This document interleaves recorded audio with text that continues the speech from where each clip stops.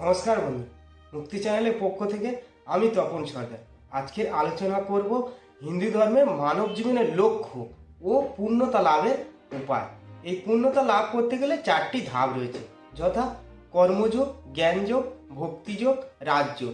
এই 4টি পর্যায় নিয়ে আজকে আলোচনা করব। শুরু করছি আজকের ভিডিও।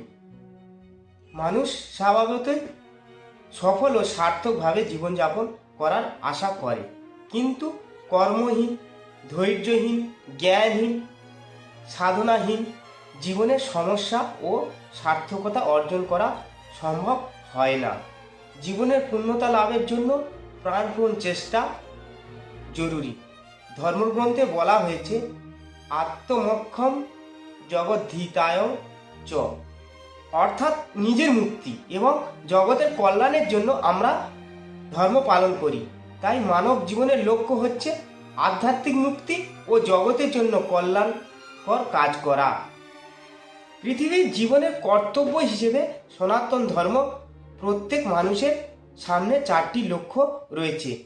এদের বলা হয় পুরুষার্থ।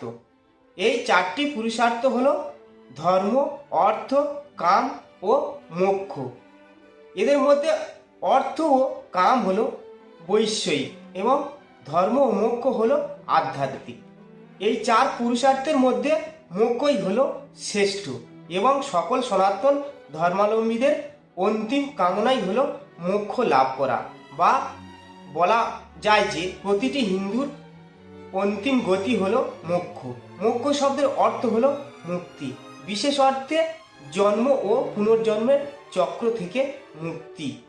যখন মানুষের মনে এই উপলব্ধি হয় যে এই বিশ্ব জগতে একমাত্র ব্রহ্মাই আছেন এবং আমরা যা দেখছি, যা শুনছি, তা সবই এক ব্রহ্মের বিভিন্ন রূপ মাত্র এবং সেই হিসেবে সে নিজেও ব্রহ্ম, তখন তাকে বলা হয় ব্রহ্মজ্ঞানী বা ব্রহ্মাবিদ। মানুষ ব্রহ্মজ্ঞানী হলে কি হয়? মানুষ ব্রহ্মজ্ঞানী হলে সে জন্ম ও পুনর্জন্মের চক্র থেকে মুক্তি পায়। মানুষ ভোগের মধ্য দিয়ে ব্রহ্মজ্ঞান লাভ করতে পারে না, ত্যাগের মধ্য দিয়ে তা সম্ভব। ত্যাগ, তিতিক্ষা ও নিরন্তর সাধনার দ্বারাই ব্রহ্মজ্ঞান লাভ করা সম্ভব। হিন্দু ধর্মে এর থেকে অনেক বড় কথা বলে। হিন্দু ধর্মে বলে, ব্রহ্মবিদ ব্রহ্মভৈব ভবতি, অর্থাৎ ব্রহ্মজ্ঞানী নিজের ব্রহ্ম হয়ে যায়। মোক্ষ প্রাপ্তির জন্য হিন্দু ধর্মে 4টি সাধন পথের নির্দেশ রয়েছে। এই 4টি সাধন পথ হচ্ছে কর্মযোগ, জ্ঞানযোগ, ভক্তিযোগ, রাজযোগ। এই সাধন পথের যে কোনো একটা সঠিকভাবে নিষ্ঠার সাথে পালন করলে একজন সাধক মোক্ষ লাভ করতে পারে। তবে আধুনিক যুগে জ্ঞানযোগ ও কর্মযোগের পথ ভিন্ন।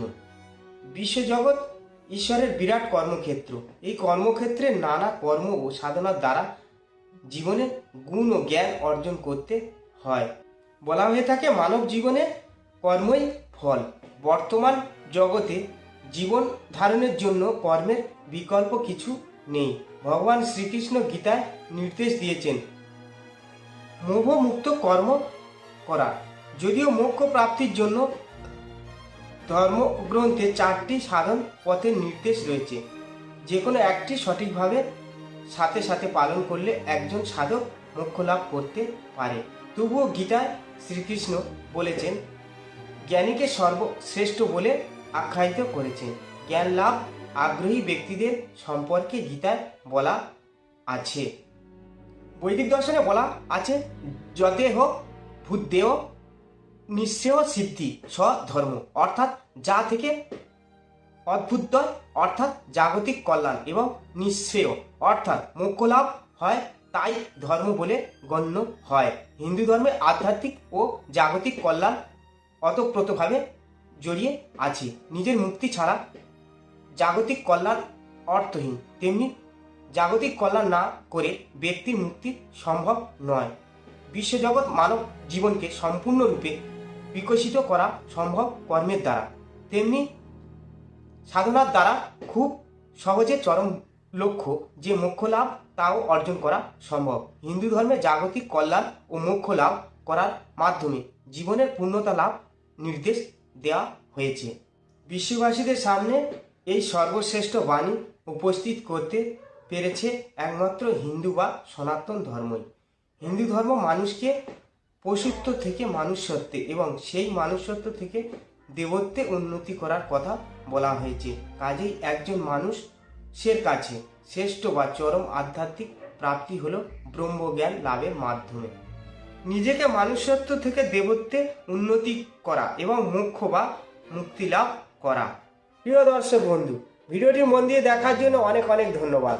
আমাদের এই ভিডিওটিকে একটি লাইক দিলে আর আমাদের এই ছোট্ট মুক্তি নামক চ্যানেলটিকে সাবস্ক্রাইব করে আমাদের সাপোর্ট করলে আমরা নতুন নতুন ভিডিও আপলোড করার প্রেরণা পাবো।